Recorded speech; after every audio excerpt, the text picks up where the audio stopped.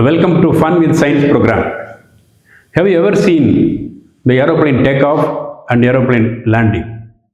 Let us do one simple experiment to understanding the working mechanism of aeroplane landing and takeoff. For this experiment, we need an electric air blower, a cylindrical PVC tube, and toilet tissue paper roll. Okay, with this we are going to learn the Bernoulli's principle. You take the tube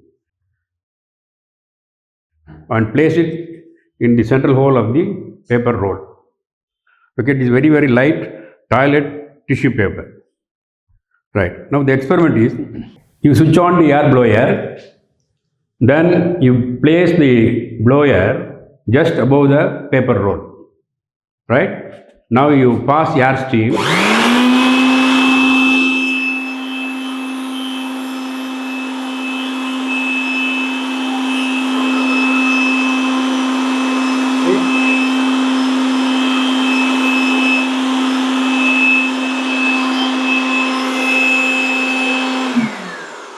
Now let us see the explanation for this experiment. Here, this is the paper roll. Initially, the free end of the tissue paper facing downwards. Now, if you pass air